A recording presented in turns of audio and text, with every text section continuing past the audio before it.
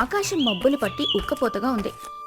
రేవు దగ్గర బండకేసి బట్టలు బాదే చోట కనకమ్మ ఊరి జనాలిచ్చిన మురికి బట్టల్ని బండకేసి కొడుతూ ఉతుకుతోంది. ఆమె చేతులు ఎర్రగా కందిపోయి బొబ్బలొచ్చాయి. ఆమె 2 రోజుల నుంచి కడుపులో పచ్చి మంచినీళ్లు తప్ప ఇంకేమీ పడలేదు.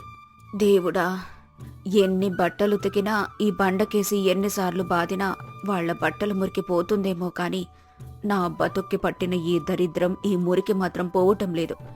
కడుపులో పేగులు ఆకలికి మాడిపోతున్నాయి.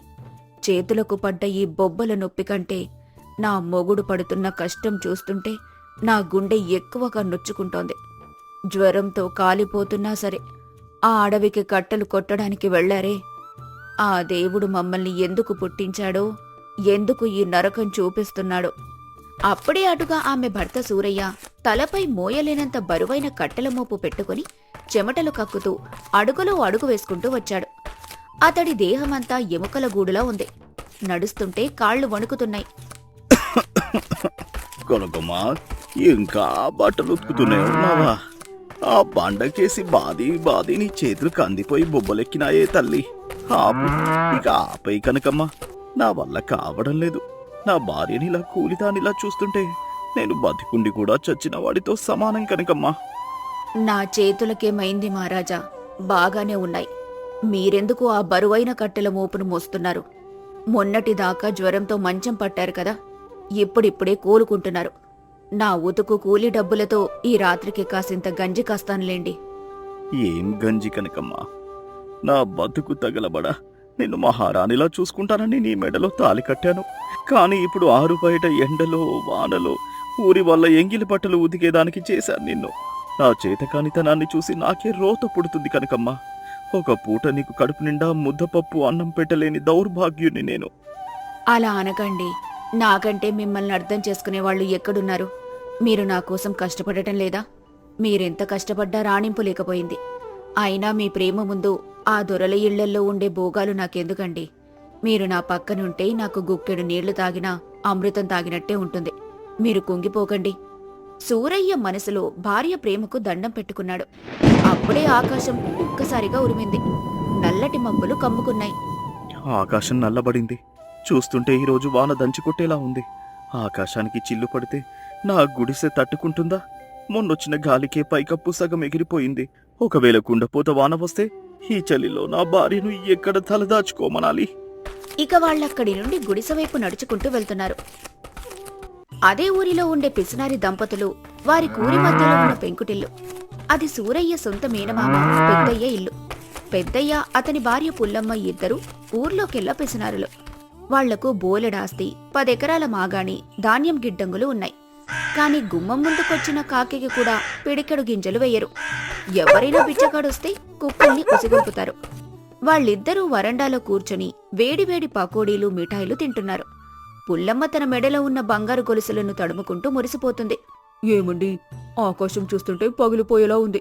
వెంటనే వెళ్లి ఆ కొట్టం తలుపులు, ఇనుప గేట్లు గట్టిగా వేయండి. వర్షం మొదలైందంటే చాలు ఈ ఊళ్ళో ఉన్న దరిద్రులంతా మన ఇంటి అరుగు మీదకొస్తారు తలదాచుకోవడానికి. అందులో ఆ మీ మేనల్లుడు సూరయ్యగాడున్నాడే, వాడు మొట్టమొదట వస్తాడు. వాడికి వాడి పెళ్ళానికి దేబరించడం బాగా అలవాటైపోయింది. వాడొస్తే రానివ్వే, గుమ్మం లోపల కాలు పెట్టనిస్తానా ఏంటి? నేను రెక్కలు ముక్కలు చేసుకుని వడ్డీల మీద వడ్డీలు వేసి కూడబెట్టిన ఆస్తి ఇదే. వాళ్ళలాగా చేతగాని వాళ్ళలాగా బతకలేదు నేను. ఈ రాత్రికి ఎవరొచ్చినా తలుపు తీసేదే లేదు. మన ఇంట్లో పండుకున్నావా, కడుపు నిండా తిన్నావా అన్నదే మనకు కావాలి. పిచ్చోళ్లకు పేదోళ్లకు ధర్మాలు చేయడానికి నేను సత్రం కట్టించలేదు ఇక్కడ. అది అలా గట్టిగా ఉండండి. వాళ్ళు మన అరుగు మీద కూర్చుంటే వాళ్ల దరిద్రం మనకంటుకుంటుంది. మొన్నటికి మొన్న పండుగ పూట గుప్పడు బియ్యం అడిగితే నేను చీపు అని చీపురు తీసుకుని తరుముకున్నాను. మన ఇంట్లో గరిసెల నిండా ధాన్యం పురుగులు పట్టిపోయినా సరే నేను దరిద్రులకు ఒక్క గింజ కూడా రాల్చను. రాత్రి కరెంటు లేని సమయం. బయట కుండపోత వర్షం మొదలైంది. ఉరుముల మెరుపులతో ఆకాశం బద్దలవుతుంది.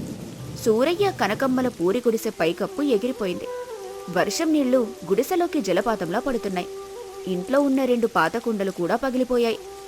ఏవండి, గుడిసంతా నీళ్లు వచ్చేశాయి. కనీసం నిలబడ్డానికి కూడా చోటు లేదు. గాలికి మట్టి గోడలు కరుగుతున్నాయి. మనం ఇక్కడుంటే ఈ మట్టి గోడల కింద పడి ఊపిరాడక చచ్చిపోతాం. చలికి నా ప్రాణం పోయేలా ఉందండి. ఎంత కష్టం వచ్చిందే కనకమ్మ. వాన నీళ్లతో పాటు నా కన్నీళ్లు కూడా కలుస్తున్నాయి. ఈ రాత్రికి మనం ఇక్కడ ఉండలేము. పద, మా మావయ్య పెద్దయ్య వాళ్ళింటికి వెళ్దాం. ఎంతైనా నా సొంత మేనమామ కదా, నా సొంత నెత్తురు కదా. ఈ ఒక్క రాత్రికి వరండాలో అయినా తలదాచుకొని ఇవ్వకపోతారా? పద. సూరయ్య కనకమ్మ వర్షంలో తడుచుకుంటూ బురదలో కాలు జారుతూ చలికి వణుకుతూ పెద్దయ్య పెంకుటింటి ముందుకెళ్లారు. సూరయ్య గట్టిగా తలుపు బాదుతున్నాడు. వానహోరులో వాళ్ల అరుపులు కూడా వినిపించడం లేదు. మావయ్య, ఓ మావయ్య, తలుపు తీయండి. నేను మీ మేనల్లుడిని సూరయ్యను. చాలాసేపటికి లోపల పెద్దయ్య పుల్లమ్మ గొణుక్కుంటూ వచ్చి తలుపు సగం తీశారు. బయట చలికి గజగజ వణుకుతున్న బట్టలన్నీ తడిచి బురదగా ఉన్న సూరయ్య కనకమ్మలను చూశారు. వారి ముఖాల్లో ఏమాత్రం జాలి లేదు, కేవలం అసహ్యం మాత్రమే ఉంది. ఏంట్రా ఈ అర్ధరాత్రి పూట గోల? మీకేమైనా పౌరుషం మానం ఉందా లేదా? గుడిసె కూలిపోయిందని మన్నెత్తి మీద పట్టానికొచ్చారా? మాదేమైనా ధర్మసత్రం అనుకున్నారా? అసలే బురద బట్టలతో కంపు కొడుతున్నారు. దూరంగా నిలబడండి. అలా అనకత్తయ్య, వానకు గుడిసె గోడలు కూలిపోయాయి. నా పెళ్ళాం చలికి వణికిపోతోంది, జ్వరంతో కాలిపోతోంది. ఆమె ప్రాణం పోయేలా ఉందత్తయ్య. ఆవులు కట్టే పశువుల పాకలు అయినా సరే ఈ ఒక్క రాత్రికి కాస్త చోటివ్వండి మావయ్య. మేము ఇంట్లోకి రాము, తెల్లారగానే వెళ్ళిపోతాం. మా ప్రాణాలు కాపాడండి. ఆవులు కట్టే బాగలో అయితే పడుకోండి, కానీ ఇంట్లోకి మాత్రం పొరపాటున కూడా అడుగు పెట్టకండి. మీ బట్టల మురికంతా నా ఇంటికి అంటుతుంది. పోయి ఆ పేడలో ముడుచుకు పడుకోండి. రేపు ఉదయాన్నే ఆ పేడను మీ చేతనే ఎత్తిస్తాను.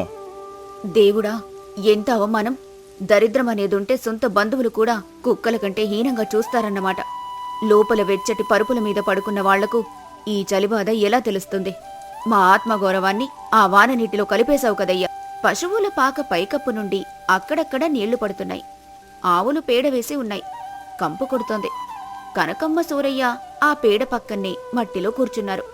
చలికి వణుకుతూ ఒకరికొకరు అతుక్కొని కూర్చున్నారు. కనకమ్మకు జ్వరం మొదలైంది. నన్ను క్షమించు కనకమ్మ. నా సొంత మావయ్య ఇంటికి వస్తే నిన్ను ఆవుల పేడలో ఈ కంపులో పడుకునేలా చేశారు. లోపల నా సొంత మావయ్య వెచ్చగా నిద్రపోతుంటే మనం ఈ పేడలో పడి ఉన్నాం. నా కర్మకాలి ఇలా బతుకుతున్నాను. నీకెంత అవమానం తెచ్చానే నేను. మీరు ఏడవగండి. వాళ్ల డబ్బు వాళ్లకు అహంకారాన్ని ఇచ్చింది. ఆ పట్టుపరుపుల మీద పడుకున్న వాళ్లకు మానవత్వం లేదు. మన పేదరికం మనకు ఓర్పునిచ్చింది. ఈ పేడకంపు వాళ్ల మనసుల్లో ఉన్న కంపు కంటే నయం.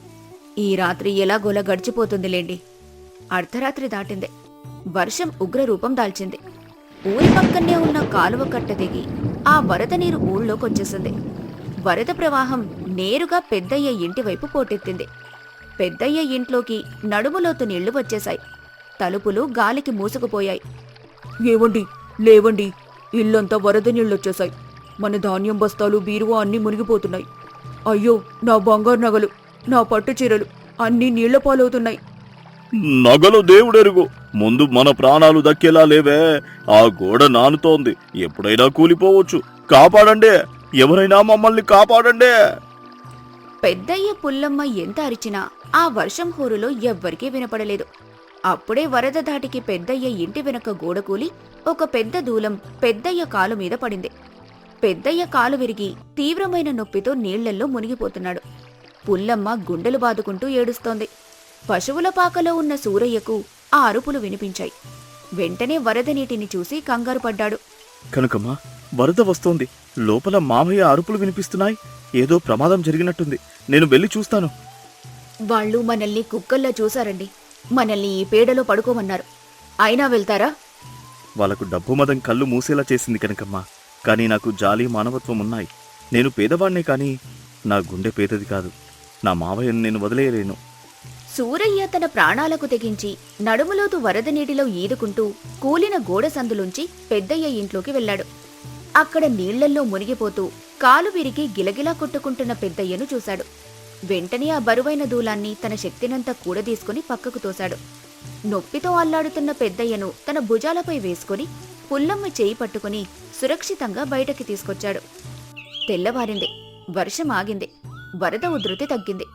ఊరి గుడి ఆవరణలో పెద్దయ్య, పుల్లమ్మ, సూరయ్య, కనకమ్మ ఉన్నారు. పెద్దయ్య కాలుకు కనకమ్మ తన చీర కొంగు చించి కట్టుకట్టింది. ఓరే సూరయ్య, ఎంత పని చేశావురా! నన్ను క్షమించురా. మేము కూడబెట్టిన ధాన్యం, దాచుకున్న నగలు, పెంకుటిల్లు ఏవీ మా ప్రాణాలు కాపాడలేకపోయాయిరా. డబ్బు మదంతో కళ్ళు మూసుకుపోయి నా సొంత మేనల్లుడివే అయిన నిన్ను, నీ భార్యను ఆవుల పాకలో పడుకోబెట్టాను. కాని నా ప్రాణం పోయే సమయంలో నా డబ్బు నాకు అడ్డుపడలేదురా. ఆవుల పాకలో పడుకున్న మీరే మీ ప్రాణాలు తెగించి నా ఉసురు నిలబెట్టారురా. నేను ఎంత పాపినిరా, కళ్ళు ఉండి కూడా గుడ్డివాడిలా బతికాన్రా. నన్ను క్షమించవే తల్లి. పిసినారితనంతో మనిషికి మనిషిగా లేకుండా పోయాను. మా పెంకుటిల్లు కూలిపోయింది. మా అహంకారం కూడా కూలిపోయిందే తల్లి. ఈ డబ్బుంటే ఏంటి, పోతే ఏంటి? ఆపదలో ఆదుకునే మీలాంటి మనుషులు కావాలి. ఇక నుండి మీరే మా పిల్లలు. మా ఇంటికే రండి. నా కొడుకుల్లా మిమ్మల్ని చూసుకుంటాను. మావయ్య, డబ్బులు శాశ్వతం కాదు, బంధాలే శాశ్వతం. ఆకలితో ఉన్నవాడికి ఇంత పట్టెడన్నం పెడితే వాడు మన కష్టకాలంలో కొండంత అంటగా నిలబడతాడు. మీరు మారారు. నాకిదే 10,000. మేం మళ్ళీ మా కష్టం చేసుకుంటూనే బతుకుతాం. కాని మీరు మాత్రం పేదోళ్ల మీద కనికరం చూపించండి. పెద్దయ్య, పుల్లమ్మ తమ తప్పును తెలుసుకుని సూరయ్య, కనకమ్మల చేతులు పట్టుకుని ఆనందంతో, కృతజ్ఞతతో ఏడ్చారు. అప్పటి నుండి వాళ్ల పిసినారితనం పోయింది. ఎవరొచ్చినా కడుపు నిండా అన్నం పెట్టే మంచి మనుషులుగా మారారు. సంపద శాశ్వతం కాదు, ఎప్పుడైనా గాలికి పోవచ్చు. కాని తోటి మనుషుల పట్ల మనం చూపే జాలి, దయ, మానవత్వం ఆపద సమయంలో మన ప్రాణాలను సైతం కాపాడతాయి. అహంకారం ఎప్పటికైనా పతనమవుతుంది. మానవత్వం ఎప్పటికీ నిలబడుతుంది. చీకటి పడిన రాత్రి గోదావరి నది ఒడ్డున రంగడు ఒంటరిగా కూర్చుని వెక్కి వెక్కి ఏడుస్తున్నాడు. చుట్టూ ఎవ్వరూ లేరు. నది అలల శబ్దం మాత్రమే వినిపిస్తోంది. తన పాత వలను పక్కన పెట్టుకుని ఆకాశం వైపు చూస్తూ తనలో తాను మాట్లాడుకుంటున్నాడు. దేవుడా, ఎందుకయ్యా నా జీవితం ఇలా తగలబడింది? నేను ఏ పాపం చేశానని నాకు ఈ శిక్ష వేస్తున్నావు తండ్రి? ఒకప్పుడు మా తాత నదిలోకి వల విసిరితే గోదావరి తల్లి భయపడి ఎదురు వచ్చి మరీ చేపలిచ్చేదట. మా నాన్న పడవ వేసుకుని నీళ్లలోకి వెళ్తే పడవ నిండా చేపలతో గర్వంగా ఇంటికి తిరిగి వచ్చేవాడట. మా నాయనమ్మ ఎప్పుడూ నా పక్కన కూర్చొని కథలు చెబుతూ మురిసిపోతూ ఉంటుంది.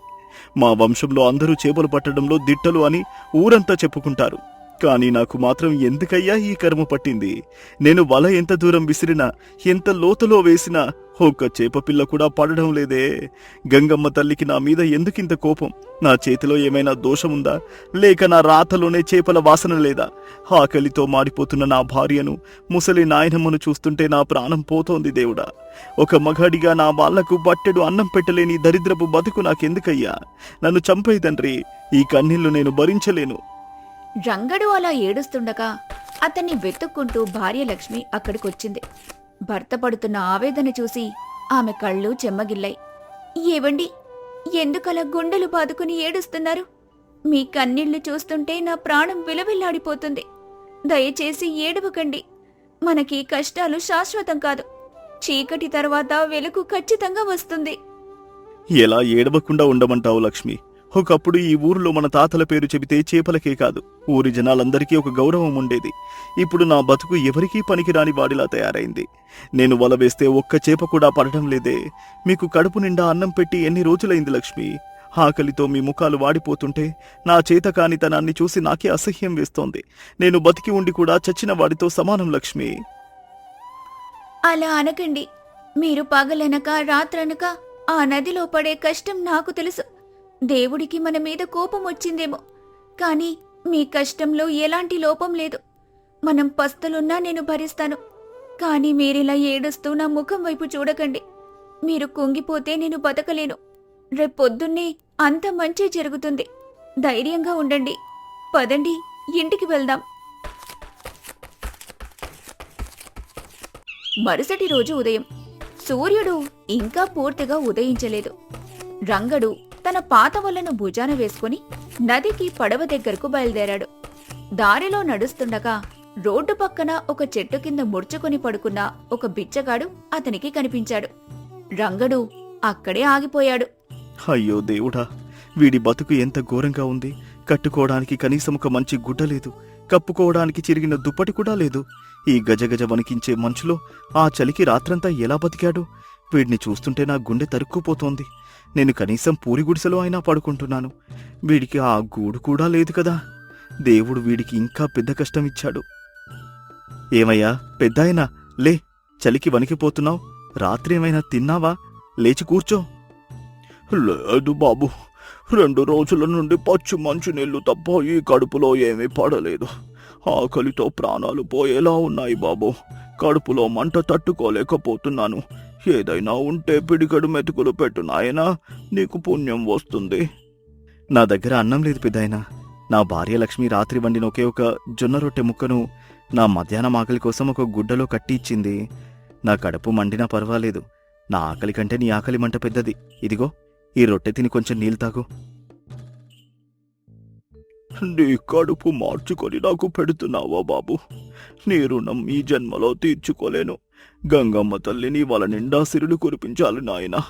నువ్వు చల్లగా ఉండాలి బాబు. బాధపడకు పెద్దాయనా, కన్నీళ్లు పెట్టుకోకు. ఈరోజు కష్టాలున్నాయని జీవితాంతం ఇలాగే ఉంటుందని కాదు. ఈరోజు రాత్రైతే రేపు పగలు రాదా చెప్పు?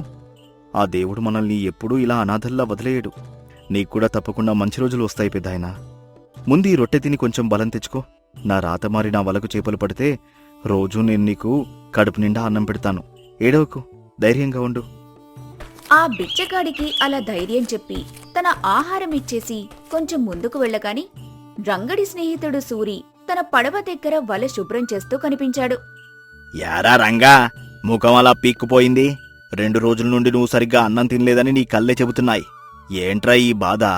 నాతో పాటు నా పడవలోరా, ఇద్దరం కలిసి లోతు నీళ్లలో వల వేద్దాం. పడ్డ చేపలు సగం సగం పంచుకుందాం. నీ కష్టం నేను చూడలేకపోతున్నాన్రా. వద్దులే సూరి, నా రాత బాగాలేదు. నా దరిద్రం, నా దురదృష్టం నీ పడవకు కూడా అంటుకుంటుంది. నేను ఒంటరిగానే వెళ్ళి నా అదృష్టాన్ని పరీక్షించుకుంటాను. నా కర్మను నేనే అనుభవించాలి. నువ్వు వెళ్ళిరా సూరి. నువ్వు ఎప్పుడూ ఇంతేరా. నీ బాధను ఎవరితో పంచుకోవు, అన్నీ నీ గుండెలోనే దాచుకుంటావు. సరే, గంగమ్మ తల్లికి దండం పెట్టుకుని వలవై. ఈ రోజైనా నీకు మంచి జరగాలని మనసారా కోరుకుంటున్నాను. జాగ్రత్తగా వెళ్ళు. రంగడు తన పడవలో ఎక్కి నది మధ్యలోకి వెళ్ళాడు. సూర్యుడు నడినెత్తికొచ్చాడు. ఆకలితో కడుపు మండిపోతున్నా తన పూర్తి బలాన్ని ఉపయోగించి నదిలోకి పెద్దగా వల విసిరాడు. గంగమ్మ తల్లి, నా మీద నీకు ఎందుకమ్మా అంత కోపం? మా తాతల కాలం నుండి నిన్నే నమ్ముకుని నీ నీళ్లనే తాగి బతుకుతున్నాం. ఈరోజు కూడా నువ్వు కరుణించకపోతే నా భార్య, నా అవ్వ పస్తులతో ప్రాణాలు వదిలేస్తారు తల్లి. నా కోసం కాకపోయినా ఆ ఆడవాళ్ల కోసం ఒక్కటంటే ఒక పెద్ద చాపనివ్వు తల్లి. నా మొర ఆలకించమ్మా. గంటలు గడిచాయి. ఎంతో ఆశగా వలలాగి చూశాడు. ఒక్క చేప కూడా లేదు. కనీసం ఒక చిన్న చేప పిల్ల కూడా తగలేదు. మళ్లీ విసిరాడు. మళ్లీ లాగాడు. వట్టి వల మాత్రమే పైకి వస్తోంది. వట్టి చేతులతో ఇంటికి వెళ్తే తినటానికి ఏమీ ఉండదని ముసలి నాయనమ్మ ముఖం ఎలా చూడాలని భయపడి సాయంత్రం చీకటి పడే వరకు వల విసురుతూనే ఉన్నాడు. చేతులు కందిపోయాయి. కాని ఒక్క చేప కూడా పడలేదు. కన్నీరు నదిలో కలుస్తుండగా పడవను ఒడ్డుకు చేర్చాడు. నిరాశగా నడుచుకుంటూ ఇంటికి వెళ్ళాడు. ఇంటికి వెళ్ళగానే అతని నాయనమ్మ రాజమ్మ మంచం మీద కూర్చొని ఉంది. రంగడు ఏమీ మాట్లాడకుండా మౌనంగా వెళ్లి అరుగు మీద చెతికిలబడ్డాడు. ఏమిరా మనవడా, ఎందుకలా అరుగు మీద కూర్చున్నావు? పడవ దిగిరాగానే నాన్నమ్మ అంటూ లోపలికొచ్చేవాడివి. ఈరోజు కూడా గంగమ్మ నిన్ను కరుణించలేదా? నీ కళ్ళు ఎందుకలా ఎర్రబడ్డాయిరా రంగా? ఏముందవ్వా, నా రాతలో ఏమీ లేదు. బహుశా దేవుడు మనల్ని ఈ భూమి మీద కేవలం ఏడవడానికే, పస్తులుండడానికే పుట్టించినట్టున్నాడు. ఎంత లోతు నీళ్లలో వల విసిరినా, ఎంత కష్టపడినా నా వలకేమీ చిక్కడం లేదు. ఈరోజు రాత్రి కూడా మనం ఈ గంగాజలం తాగి పడుకోవాల్సిందే. నా వల్ల ఈ ఇంటికి ఏ ప్రయోజనం లేదవ్వా. మా తాతల పేరు నిలబెట్టలేకపోయాను. అలా అనకురా రంగా. మన పూర్వీకులంతా గంగపుత్రులే. ఎప్పుడో ఒకసారి నది తల్లి పరీక్షిస్తుంది. నువ్వు ధైర్యం కోల్పోకూడదు. కళ్ళు తుడుచుకుని లోపలికి రా. రేపంతా సర్దుకుంటుంది. కాని రంగడికి లోపలికి వెళ్లే ధైర్యం లేదు. తన భార్య లక్ష్మి ముఖం చూసే ధైర్యమూ లేదు. ఇంట్లో తినటానికి ఏమీ లేదని తెలుసు. వండావా లేదా అని అడగడానికి కూడా మనసొప్పక కడుపు మంటను భరిస్తూ ఆ అరుగు మీదే ముడుచుకొని పడుకున్నాడు. రాత్రి చాలా పొద్దుపోయింది. భార్య లక్ష్మి ఒక గిన్నెలో వేడివేడి అన్నం, చేపల పులుసు తీసుకుని రంగడి దగ్గరికొచ్చింది. ఆ పులుసు వాసన తగలగానే రంగడు ఉలిక్కిపడి లేచాడు.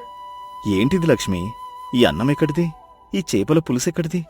మన ఇంట్లో ఉదయం చూసినప్పుడు ఒక గింజ కూడా లేదే. ఎవరి దగ్గరైనా అడుక్కున్నావా? లేక ఎవరి దగ్గరైనా అప్పు చేశావా? మన పరువు తీసావా ఏంటి లక్ష్మి? మీరు నన్ను తిట్టినా సరే కొట్టినా సరే, కానీ ముందు నా మాట వినండి. మీ ఆకలి మంట నేను చూడలేకపోతున్నాను. ఉదయం నుండి మీరు పస్తులున్నారు. మీరు వల వేయడానికి నదికి వెళ్ళిన తర్వాత నేను మన ఇంటి వెనుక ఉన్న చిన్న కాలువ దగ్గరికి వెళ్ళాను. కాలువ దగ్గరికి ఎందుకు వెళ్ళావు లక్ష్మి? నన్ను క్షమించండి. ఆడవాళ్లు గాలం పట్టకూడదని, చేపల వేటకు వెళ్ళకూడదని మీరెప్పుడూ అంటుంటారు కదా. కాని ప్రాణాలు పోయే పరిస్థితి వస్తే, భర్త ఆకలితో అల్లాడుతుంటే ఏ నియమాలు ఏ ఆచారాలు ఆడదానికి గుర్తుకురావు. నా దగ్గరున్న ఒక పాత గాలం తీసుకొని ఆ కాలువలో వేశాను. విచిత్రంగా వెంటనే కొన్ని చిన్న చిన్న చేపలు పడ్డాయి. ఆ చేపలను తీసుకెళ్లి బజార్లో అమ్మాను. ఆ వచ్చిన కొద్దిపాటి డబ్బులతో ఈ బియ్యం కొనుక్కొనొచ్చాను. అందులో మిగిలిన 2 చేపలతో ఈ పులుసు వండాను. మీరు గాలం పట్టకూడదంటారని భయపడి ఈ విషయం మీకు చెప్పలేదు. నన్ను క్షమించండి. నేను నిన్ను ఎందుకు తిడతాను లక్ష్మి? ఒక చేతకాని మొగుడి ప్రాణాలు నిలబెట్టడానికి నువ్వు నీ ఆచారాన్ని పక్కన పెట్టి కష్టపడ్డావు. నేను నిన్ను దేవుడిలా చూడాలి లక్ష్మి. నువ్వు చేసిన ఈ పనికి నా గుండె బరువెక్కుతోంది. నన్ను క్షమించు లక్ష్మి. నేను నీకు కష్టం తప్ప సుఖం ఇవ్వలేకపోతున్నాను. నా ప్రాణమున్నంత వరకు నీ రుణం తీర్చుకోలేను. మీరు నాకు కడుపు నిండా ప్రేమనిస్తున్నారు. అదే నాకు 10,000. ముందు అన్నం తినండి. మీ కడుపు నిండితే నా కడుపు నిండినట్టే. మరుసటి రోజు ఉదయం రంగడు తన పడవలోకి వల తీసుకుని ఎక్కాడు. అతనికి తెలియకుండా వెనుకే లక్ష్మి కూడా పడవలోకెక్కి కూర్చుంది. నువ్వెందుకు లక్ష్మి పడవలోకి వచ్చావు? ఇంటికి వెళ్ళు. ఈ రోజు నుండి నేను కూడా మీతో పాటు వేటకొస్తాను. ఇద్దరం కలిసి గంగమ్మను వేడుకుందాం. ఇద్దరి కష్టం ఒకటైతే గంగమ్మ తల్లి తప్పక కరుణిస్తుంది. నన్ను వద్దనకండి. రంగడు నవ్వి తలూపాడు. ఇద్దరూ నది మధ్యలోకి వెళ్లారు. లక్ష్మి కళ్ళు మూసుకొని గంగమ్మకు 2 చేతులు జోడించి దండం పెట్టుకుంది. కొద్దిసేపటికే వల చాలా బరువుగా మారింది. రంగడు ఆశ్చర్యంతో వలను లాగటానికి ప్రయత్నించాడు. కాని అతని ఒక్కడి వల్ల కావటం లేదు. లక్ష్మి, వల చాలా బరువుగా ఉందే. ఇట్రా, నువ్వు కూడా పట్టుకొని లాగు. అప్పుడే అటుగా పడవలో వెళ్తున్న స్నేహితుడు సూరి వీళ్ల కష్టం చూసి తన పడవను దగ్గరికి తీసుకొచ్చాడు.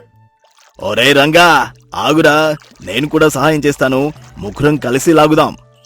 ముగ్గురూ కలిసి బలంగా వలను పైకి లాగారు. వల నిండా అత్యంత ఖరీదైన 100ల కొద్దీ పెద్ద పెద్ద చేపలు. రంగడి కళ్లల్లో ఆనంద బాష్పాలు తిరిగాయి. పడవ నిండా ఎటు చూసినా చేపలే. ఇద్దరూ సంతోషంతో ఆ చేపల్ని తీసుకుని మార్కెట్లోని పెద్ద చేపల వ్యాపారి సుబ్బయ్య దగ్గరికి వెళ్లారు. ఏవయ్య రంగా, నా కళ్ళను నేనే నమ్మలేకపోతున్నాను. ఈ గోదావరిలో ఇంత పెద్ద చేపలు, ఇన్ని చేపలు పడి చాలా కాలం అయ్యిందే. ఇన్ని రోజులు ఎక్కడ దాక్కున్నావయ్యా? ఈ చేపలన్నింటికి మార్కెట్లో మంచి గిట్టుబాటు ధర ఇస్తాను. ఈ తీసుకో, ఏకంగా 50,000 రూపాయలు. ఇదంతా గంగమ్మ తల్లి దయ. నా భార్య అదృష్టం సుబ్బయ్య గారు. ఇన్నాళ్ళు ఈ అభాగ్యుడి కష్టాన్ని దేవుడు చూసి ఈ రోజు వడ్డీతో సహా తిరిగిచ్చాడు. మీకు చాలా కృతజ్ఞతలు. రంగడు ఇంటికి నడుస్తూ పదే పదే తన భార్యని చూస్తున్నాడు. ఇంటి ముందు అరుగు మీద నాయనమ్మ రాజమ్మ ఆనందంగా ఎదురుచూస్తోంది. లక్ష్మి, నీ కాలు ఈ పడవలో పెట్టినప్పటి నుండి నా రాతే మారిపోయింది. నాకెందుకో నువ్వు నా భార్యగా దొరకడం నా పూర్వజన్మ అదృష్టం అనిపిస్తోంది. నేను గంగమ్మ తల్లిని నమ్ముకున్నాను, కాని సాక్షాత్తు ఆ గంగమ్మే నీ రూపంలో నా ఇంటికి వచ్చిందని ఇప్పుడే నాకు అర్థమైంది లక్ష్మి. అదంతా మీ మంచితనమండి. నిన్న మీరు ఆ బిచ్చకడికి ఎంతో ఆప్యాయంగా ధైర్యం చెప్పి మీ అన్నం పెట్టారు కదా. ఆ పుణ్యమే ఈ రోజు మనల్ని ఈ స్థితిలో నిలబెట్టింది. చేసే మేలు ఎప్పుడూ ఊరికే పోదు. చూసావారా రంగా, ఓపిక పడితే ఆ దేవుడు ఎప్పటికైనా కరుణిస్తాడు. ఈ రోజు మన ఇంట్లో మళ్ళీ పాత రోజులొచ్చాయి. మా తాతల గౌరవం నువ్వు నిలబెట్టావురా. ఇక మీరు ఏడవాల్సిన అవసరం లేదు. అవునవ్వా, ఇక నేను ఏడవను. నా పక్కన నా లక్ష్మి ఉన్నంత వరకు ఆ గోదావరి తల్లి నన్ను ఎప్పుడూ వట్టి చేతులతో పంపదు. ఆ రోజు నుండి రంగడు లక్ష్మి కలిసి ప్రతిరోజు వేటకు వెళ్లేవారు. వారి జీవితంలో కష్టాలు పూర్తిగా తీరిపోయాయి. మాట ఇచ్చినట్టుగానే రంగడు ఏ రోజూ ఆ బిచ్చగాడు కొండయ్యను మర్చిపోలేదు. అతనికి రోజూ కడుపు నిండా అన్నం పెట్టేవాడు. ఎప్పటిలాగే తమ స్నేహితుడు సూరికి కూడా వారు తమ వంతు సహాయం చేస్తూ కష్టంలో తోడున్నందుకు కృతజ్ఞతగా సంతోషంగా జీవించారు.